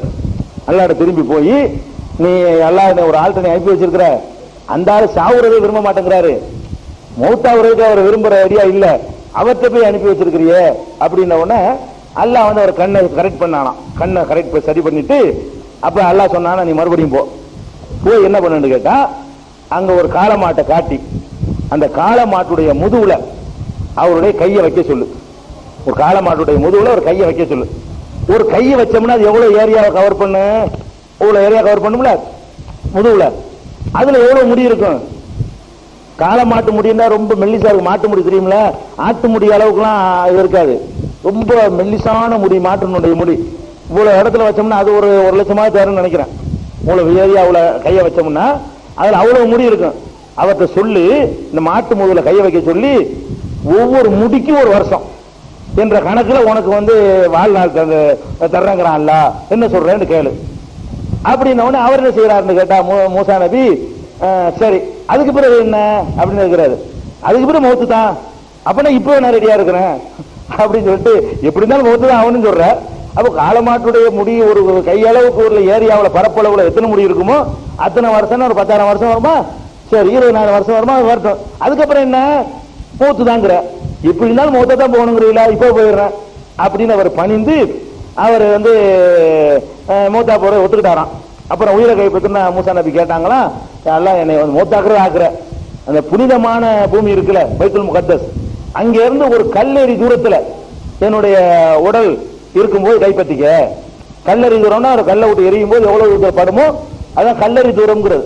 இங்க இருந்து ஒரு கல்ல இருந்தா அந்த சோத்துல படுமா, அவ்வளவு தூரம் புனிதமான இடத்துல இருந்து அவ்வளவு தூரத்துல என்னை வந்து ரொம்ப தூரத்துக்கு தள்ளி விட்டுறாத அப்படின்னு கேட்டார்னு சொல்லி, இது வந்து புகாரியிலேயே 1339வது ஹதீஸா இடம்பெற்றிருக்கிறது, 3407வது ஹதீஸாக இடம்பெற்றிருக்கிறது.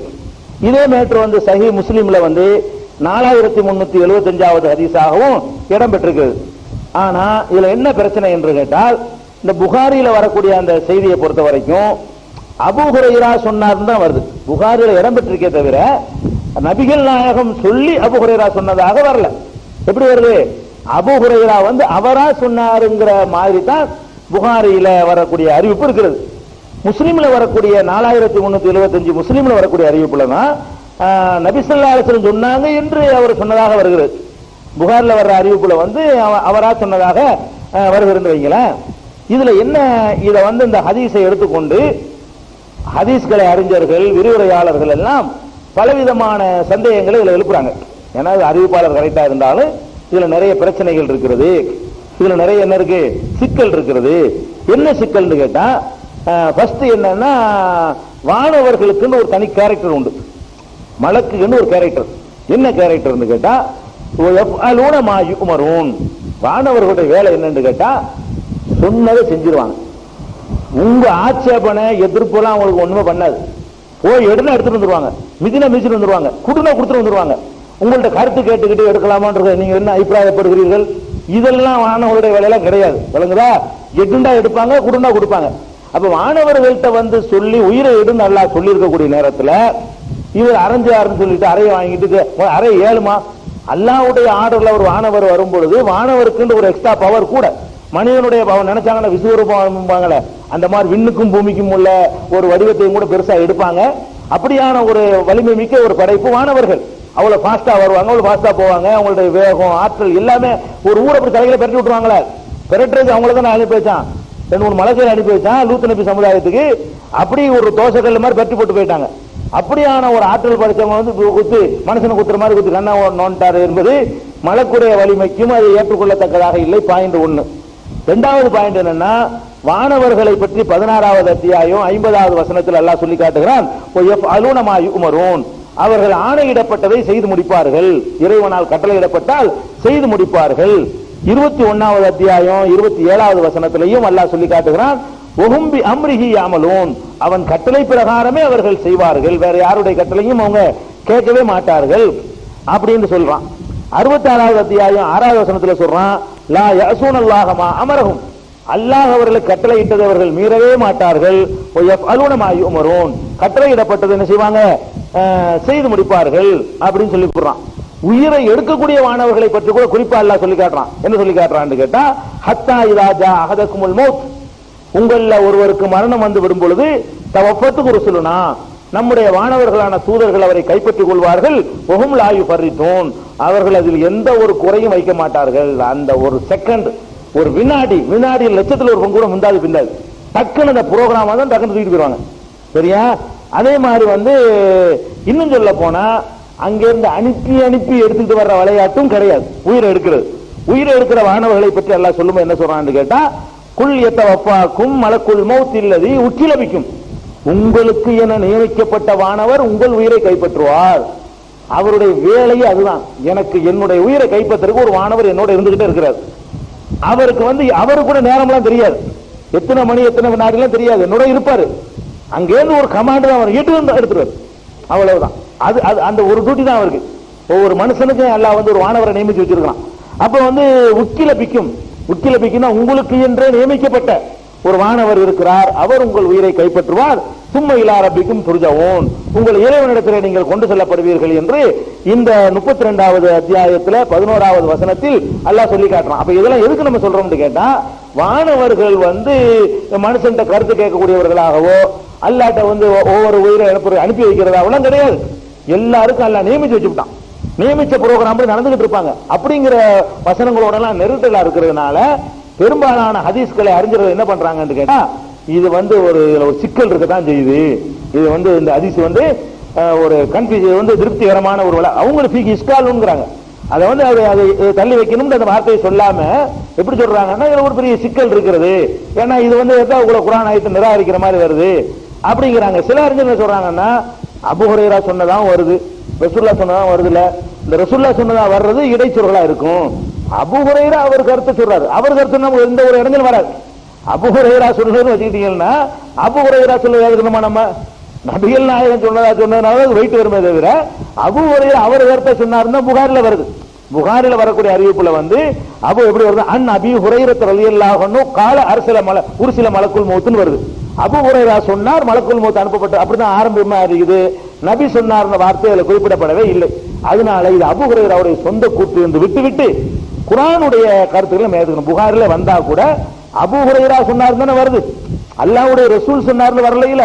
அதனால தனியா வச்சிடலாம். அபூ ஹுரைரா சொன்னது எத்தனையோ சஹாபாக்கள் சொன்னதெல்லாம் வந்து நம்ம வந்து எடுக்கணும்னு கட்டாயம் கிடையாது. குர்ஆனுக்கு எதிராக வந்துன்னு சொன்னா 3 தலாக்கு கூட ஹதீஸ்ல குர்ஆன்ல இருக்கு, ஹதீஸ்ல இருக்குது. உமர் ரலியல்லாஹு அன்ஹு மாத்தமா சொன்னாங்கன்னு வருது, நம்ம ஏத்துக்கிறா செய்யணும். அவர் இல்லைன்றாரு, உமர் ரலியல்லாஹு தனியா வச்சுட்டு நம்ம ஹதீஸ் படி அமல்படுத்திட்டு இருக்கிறோம். அந்த அடிப்படையில இந்த ஒரு மேட்டரை நம்ம வந்து விளங்கி கொள்ளணும். இந்த ஹதீஸ் நீங்க பாப்பீங்க புகார்ல இருக்குன்னு கூட சொல்லுவாங்க. சொன்னா கூட வானவர்களை பற்றி நம்ம ஏற்கனவே ஒரு சொல்லியிருக்கோம். வானவருடைய கேரக்டர் என்ன, வானவருடைய போன வருஷம் ஈமானின் கிளைகள்ங்கிற அந்த தலைப்புல வரும்பொழுது வானவர்கள்டா யாரு, அவங்களுடைய குணாதிசயம் கேரக்டர்னு ஏராளமான சான்றுகள்லாம் சொல்லியிருக்கோம் இல்லையா. அதுக்கு எதிராக இருக்கிறது கவனத்தில் வைத்துக் கொள்ளணும். இது மூசா நபி சம்பந்தமாக உள்ள இன்னொரு விஷயம். அடுத்த ஒரு விஷயம் என்னன்னு கேட்டா, இறுதியாக 2-3 விஷயங்கள் இருக்கு. மூசா நபி வரலாறு முடிய போகுது, வேற ஒண்ணு கிடைக்கல. அடுத்து மூசா நபியுடைய அந்த சிறப்பை பற்றி ஏற்கனவே ஒரு சொல்லி இருக்கோம். என்ன சொல்லி இருக்கிறோம்னு கேட்டா, அதாவது ஒரு யூதரும் ஒரு முஸ்லீமும் சண்டை போட்டு கொண்டாங்க.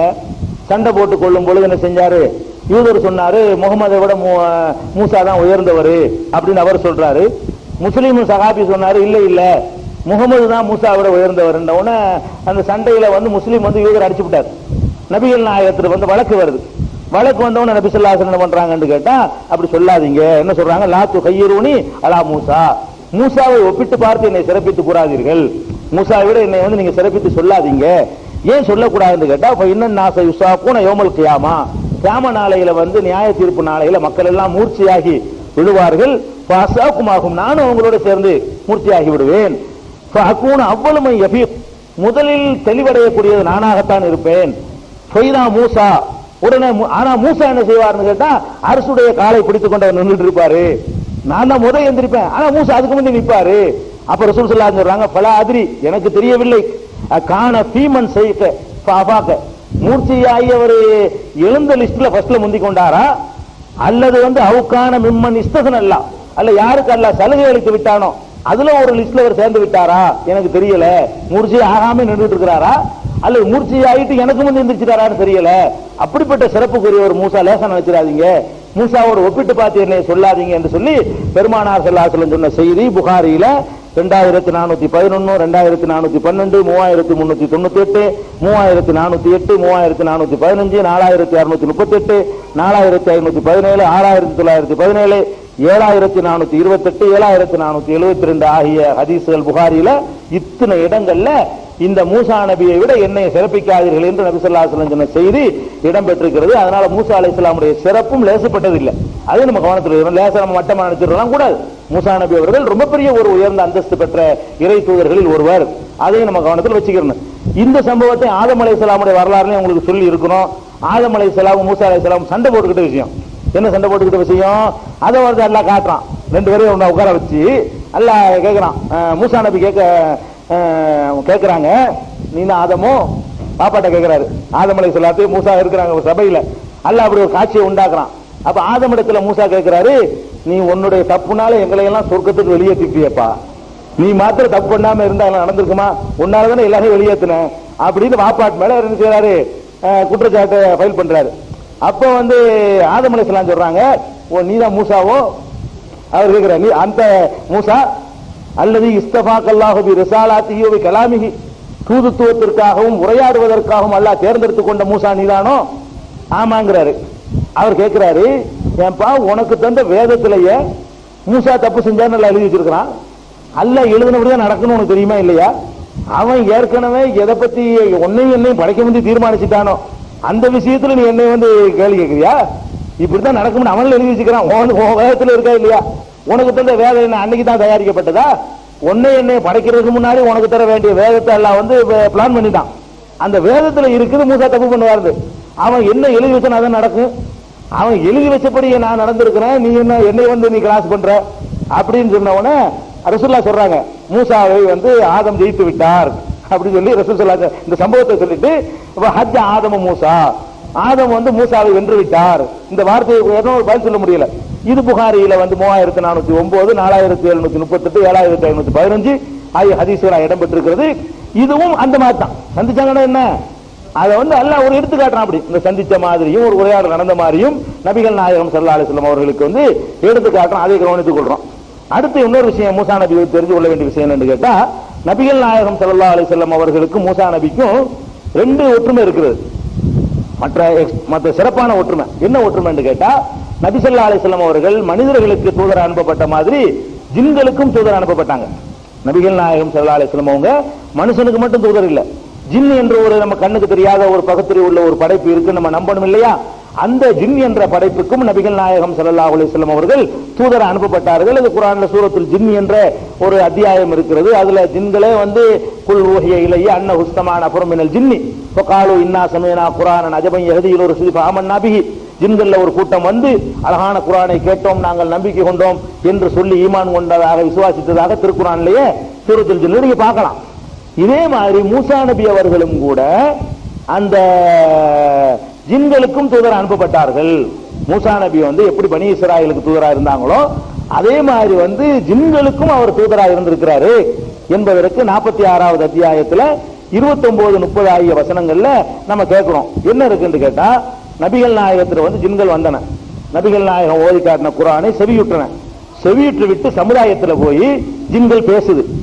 அந்த கேட்ட ஜின்கள் கேட்காத ஜின்கள்ட்ட என்ன பேசுறாங்கன்னா, யா கௌமனா, எங்கள் சமுதாயமே, இன்னா சமேனா கிதாபன் உன்சில மின் பாதி மூசா, மூசாவுக்கு பிறகு அருளப்பட்ட ஒரு வேதத்தை இப்போது நாங்கள் செவிப்படுக்கிறோம். மூசாவுக்கு அருளப்பட்ட வேதத்தை ஏற்கனவே செவிமடுத்திருந்தோம், இப்போது மூசாவுக்கு பிறகு அருளப்பட்ட வேதத்தை நாம இப்ப செவிமடுத்து வந்திருக்கிறோம். அது முசத்திகன் லிமா பைன எதைகி, முந்தைய வேதத்தை மெய்ப்படுத்தக்கூடியதாக இருக்கிறது என்று அவங்க சமுதாயத்தில் போய் ஜின்கள் சொன்னதாக இருக்கிறது. ஜின்னுக்கு மூசா தூதரா வரல, அந்த வேதம் அவங்களுக்கு கட்டுப்படுத்தாது என்று இருந்தால் அதை தெரிஞ்சு கொண்டு அதை கம்பேர் பண்ணி பேசிருக்க மாட்டாங்க. தங்களுக்கு ஒரு வேதத்தை பற்றி அவங்க பேசியிருப்பாங்க. அதனால மூசா நபி அவர்கள் ஜின்களுக்கும் தூதர் அனுப்பப்பட்டார்கள் என்பதை 46வது அத்தியாயம் 30வது வசனத்தில் இருந்து என்ன செய்யலாம், விளங்கிக் கொள்ளலாம். அடுத்தது மூசா நபியை பொறுத்த வரைக்கும் அவங்களுடைய சமுதாயம் ரொம்ப பெரிய சமுதாயம். இன்னைக்கு நம்மளோட ஒப்பிடும்போது ஒண்ணும் கிடையாது. முகமது ஸல்லல்லாஹு அலைஹி வஸல்லம் சமுதாயத்தில் ஒப்பிடும் பொழுது மூசா நபிலாம் ஒண்ணுமே கிடையாது, ஒரு கணக்குகளோட வராதுன்னு. ஏன்னா நம்ம கிட்டத்தட்ட 1400 வருஷமா எத்தனை 1000 கோடி ஓடி போச்சு, அவ்வளவு வந்துருச்சு. நபிகள் நாயகத்தை தவிர மற்ற எந்த நபியுடைய உம்மத்தை எடுத்து பார்த்தாலும் இவர் தான் கூட இருப்பார். அப்படி நம்ம சொல்லல. நபி ஸல்லல்லாஹு அலைஹி வஸல்லம் சொல்றாங்க, என்னிடத்துல எல்லா சமுதாயத்தையும் எடுத்து காட்டப்பட்டுச்சு. ஒரு நாள் சொல்றாங்க, புகாரியில 3410வது ஹதீஸ்ல இதை நீங்கள் பார்க்கலாம். நபி ஸல்லல்லாஹு அலைஹி வஸல்லம் சொல்றாங்க, முந்தி சென்ற எல்லா சமுதாயங்களும் அப்படி எடுத்து காட்டப்பட்டது. எனக்கு எடுத்து காட்டப்பட்டா அடிவானத்தை நிறைத்து கொண்டு பெரிய கூட்டமாக ஒரே ஒரு கூட்டத்தை தான் என்னால் இதுல பார்க்க முடிந்தது. நூஹ் நபினா 25 பேர் இருக்கிறாங்க, உதாரணத்துக்கு 25 சொல்லிடாதீங்க, 50 பேர் இருக்கிறாங்க. அவரை பார்த்தா 20 பேர் இருக்கிறாங்க, 40 பேர் இருக்கிறாங்க. இது அடிவானத்தை நிறைச்சுக்கிட்டு ஒரு பெரிய கூட்டத்தில் ஒருத்தர் அல்லாஹ் காட்டுறான். யார் என்று நான் கேட்கப்பட்ட பொழுது, ஹாதா மூசா ஃபி கௌமிஹி, மூசா தான் சமுதாயத்தோடு நிற்கிறார் என்று எனக்கு சொல்லப்பட்டது அப்படிங்கிறாங்க. முந்தி உள்ள எல்லா சமுதாயத்தை விடவும் மூசா நபி தான் டாப். ஏன்னா இஸ்ரவேல் சமுதாயம் அவ்வளவு பெரிய சமுதாயம், ஏற்றுக்கொண்டவர்களும் கூட. அவரை வந்து ஏற்றுக்கொண்டவர்கள் என்ன பிறகு டோட்டல் அழிக்கப்பட்ட பிறகு ஆட்சியில் இருந்தாரு, அதிகாரத்தில் இருந்தாரு, நிறைய பேர் வென்றெடுக்க வாய்ப்புகளை பெற்றிருந்தாரு. அவங்க மற்றவங்க ஆட்சி செலுத்தாங்கலாம் ஆதாரம் கிடைக்கல. அதனால மூசா நபியுடைய சமுதாயம் தான் எல்லா நபிமார்களை இரண்டாவது இடம் சொல்லலாம். நபிகள் நாயகம் தான் நபிகள் நாயகத்தோட ஒப்பிடவே இயலாது. மூசா நபி சமுதாயத்தை எல்லாம் நபி ஸல்லல்லாஹு அலைஹி வஸல்லம் ஒரு மெட்ராஸ் ஜனத்தோட கூட இருக்காது மூசா நபி சமுதாயம் வைங்களேன். அந்த காலத்தில் உள்ள மக்கள் தொகை பாத்தீங்கன்னா மற்றதோட ஒப்பிடும்போது அவர் கூட நம்மளோட கம்பேர் பண்ண முடியாது. ரசூல் ஸல்லல்லாஹு அலைஹி வஸல்லம் மற்ற சமுதாயத்தை தான் காட்டப்படுது அவங்களுக்கு. அதையும் நம்ம விளங்கிக்கணும். மூசா நபிங்கிறவங்க அவங்க ஜின்களுக்கு நபி அனுப்பப்பட்டாங்க. ஒரு சிறப்பு இருக்கிறதுலயே பெரிய சமுதாயம் அவர் தான். ரசூலுல்லாஹ்வை தவிர்த்து பாத்தீங்கன்னா நபிகள் நாயகத்துக்கு அடுத்து ஒரு பெரிய உம்மத்தை பெற்ற சமுதாயமாக மூசா நபி திகழ்ந்திருக்கிறார்கள் என்பதை நம்ம பார்க்கிறோம். அதே மாதிரி மூசா நபியை பொறுத்த வரைக்கும் அவங்களுடைய அந்த உடல் அமைப்பு எப்படி இருக்கும் என்பதையும் கூட நபி ஸல்லல்லாஹு அலைஹி வஸல்லம் அவர்கள் ஒரு சந்தர்ப்பத்தில் நமக்கு சொல்லி இருக்கிறாங்க. என்ன பல சந்தர்ப்பத்தில் பார்க்கறாங்க. ஒரு தடவை என்ன செய்யறாங்க என்று கேட்டா நபி ஸல்லல்லாஹு அலைஹி வஸல்லம் சொல்றாங்க, அந்த இஸ்ரா அதாவது பைத்துல் முகத்தஸுக்கு என்னை அல்லாஹ் அழைத்து சென்று போனாங்க இல்லையா, அந்த இரவுல வந்து மூசா அலைஹிஸ்ஸலாத்தை நான் பார்த்தேன். எப்படி பார்த்தேன்னு கேட்டா அவர் வந்து மண் நிறத்தில் வெள்ளை வெள்ளரும் தக்காளி பழம் மாதிரிலாம் இருக்கல மூசா நபி, இந்த மண் நிறம்ங்கிறோம்ல, மண் நிறம்னு சொன்னா ஒரே பழுப்பு நிறம், இந்த இந்திய நிறம். மண் நிறம்னா என்ன அர்த்தம்? இந்திய மக்களுடைய நிறம் இருக்குல்ல, ஐரோப்பிய நிறம் கிடையாது, ஆப்பிரிக்க நிறமும் கிடையாது, இந்தியாவுடைய நிறம் இருக்குல்ல, கோதுமை நிறம் வாங்க இல்லையா, கோதுமை நிறம் வச்சுக்கிறீங்களேன். மண் நிறம்டா கூட சரியா வழங்காது, மண்ணுல வெள்ளை மண்ணெல்லாம் இருக்குன்னு வந்துடும். அதனால மண் நிறத்தை கூட வச்சுக்கிறோம், கோதுமை நிறம். அவர் ஆதம் மூசா நபியை நான் பார்த்தேன். ரொம்ப டால், அவர் ரொம்ப உயரமான ஆள், நெடுநெடுன்னு இருப்பார் மூசா நபி. அப்படி நான் அவரை பார்த்தேன். அவருடைய நிறம் வந்து கோதுமை நிறமாக, மண்ணு தான் வருது, நான் விளைஞ்சிருக்கு கோதுமை, அப்பதான் கரெக்டா வரும். அந்த நாட்டு மண்ணு விளங்கிடுவாங்க. நம்ம நாட்டில் கடற்கரை மண்ண விளையாண்டு இருக்கிறதுனால கோதுமை வச்சுக்கிறோம். இப்ப கோதுமை கலர்ல, அந்த பழுப்பு கலர்ல, பழுத்து போன காகிதங்கள் இருக்கு பாருங்களேன், அந்த மாதிரியான கலர்ல அவர் இருக்கிறாரு. அதே மாதிரி வந்து சுருட்ட முடி உள்ளவராகவும் அவர் இருக்கிறாரு. அதே மாதிரி வந்து அவருடைய இன்னொரு விஷயம் என்னன்னு கேட்டா, யமன் நாட்டில், இப்ப ஏமன்ல உள்ள சனுவாண்டு ஒரு சமுதாயம் இருக்கிறாங்க ஏமன்ல. அந்த சமுதாயத்து மனிதன் மாதிரி அவங்க தனிய கலர். இப்ப நம்ம மங்கோலியர்கள் இருக்கிறாங்க, இப்ப நம்ம கரெக்டா சொல்லிவிடுவோம்ல, இந்திய மூஞ்சியையும் ஜப்பான் மூஞ்சியையும் ஒன்னாந்து விட்டா சொல்லிவிட முடியுமா இல்லையா? விசாரிக்காம சொல்லிடலாம், இது ஜப்பான், இது மங்கோலி, கரெக்டா சொல்ல முடியும். சப்பையா இருந்தாலும் வளைக்க வேண்டியது, இது மங்கோலி, இது ஆப்பிரிக்கா மூஞ்சி, கரெக்டா சொல்லிவிடலாம். தலையை பார்த்து நினைச்சிடலாம், இது ஆப்பிரிக்கா, இது வந்து எத்தியோப்பியா, சோமாலியா இந்த மாதிரி பகுதியை சேர்ந்தவங்க, இது வந்து சைனா, மலேசியா, சிங்கப்பூர், ஜப்பான், இதெல்லாம் மங்கோலிய அந்த சமுதாயம். மூக்கு சப்ப போனா அது ஒரு தனி இனம். அப்ப யமன் நாட்டில் உள்ளவங்க ஏறக்குறைய அந்த ஒரு நம்ம நிறத்தில் இருப்பாங்க போல இருக்கு, அந்த மாதிரி இருந்திருக்காங்க அந்த காலத்துல. அந்த யமன் மக்கள் இருப்பாங்கல்ல, அந்த மாதிரி இருந்தாரு ரசூலுல்லாஹ் சொல்றாங்க. இந்த யமன்ல ஒரு கூட்டம் இருக்கு பாருங்க, அதே மாதிரி தான் மூசா நபி இருந்தாங்க என்று பெருமானார் ஸல்லல்லாஹு அலைஹி வஸல்லம் வந்து மூசா நபியை பார்த்தேன் என்று அவங்க வந்து வர்ணிக்கிற ஒரு செய்தியை வந்து புகாரியில 3239வது ஹதீஸ், 3355வது ஹதீஸ், 3437வது ஹதீஸ்லயும் பார்க்கிறோம். அதே மாதிரி வந்து இதே புகாரியில 3438 எடுத்துக்கிட்டோம்னா அவர் வந்து ரொம்ப தாழ் உயரம் என்ன விளங்குவீங்க, மூங்கி குச்சி மாதிரி தான் விளங்குவீங்க. உயரம்னா உயரம் அப்படின்னு கூடாது, ஆள் இப்படி இருப்பாரு. ரசூலுல்லாஹ் சொல்றாங்க, அரியலு சதுரி, அதாவது அகன்ற பரந்த மார்பகம், அந்த நெஞ்சு வந்து விரிந்தவர், நல்ல அகலமா இருப்பாராம். அதே மாதிரி வந்து ஜசீமாவும் இருப்பார். அப்ப அந்த மாதிரி வந்து அவர் நல்ல ஒரு ஒரு சதைப்பிடிப்போட உள்ளவர, ஒல்லியா இருந்தா பார்க்க நல்லா இருக்காது. உயரமாவும் இருப்பாரு, உயரத்தோடவும் அந்த வாட்ட சட்டமாவும் இருப்பாரு. அதனால குத்து விட்டோம் ஆள் காலி ஆகுது பாருங்களேன், ஒரு குத்துல ஆள் காலி ஆகியிருக்காருல்ல.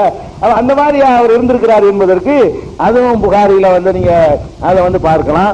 புகாரில 3438, 2394, இந்த 3437, 3355, 3239 இந்த மாதிரியான ஹதீஸ்கள் எல்லாம் நபிகள் நாயகம் ஸல்லல்லாஹு அலைஹி வஸல்லம் மூசா நபியுடைய அந்த தோற்றத்தை பற்றியும் சொல்லி இருக்கிறாங்க. இதெல்லாம் இறைவனால் எடுத்து காட்டப்பட்டு சொன்ன செய்திகள். இதுதான் மூசா நபியை பற்றி உள்ள ஆதாரபூர்வமான வரலாற்று தொகுப்புகள் நமக்கு கிடைத்த வரைக்கும். இது இல்லாம மூசா நபிக்கு சபுராண்டு பொண்டாட்டி இருந்தாங்க, இந்த அல்லி பையனுமா எல்லாமே வந்து ஆதாரமற்ற கட்டுக்கதைகள், அதெல்லாம் பொய்கள். இன்ஷா அல்லாஹ் மூசா நபிக்கு பிறகு நம்ம அடுத்து என்ன செய்வோம், தாவூத் நபி, சுலைமான் நபியுடைய வரலாறு இருக்கிறது, அது நல்ல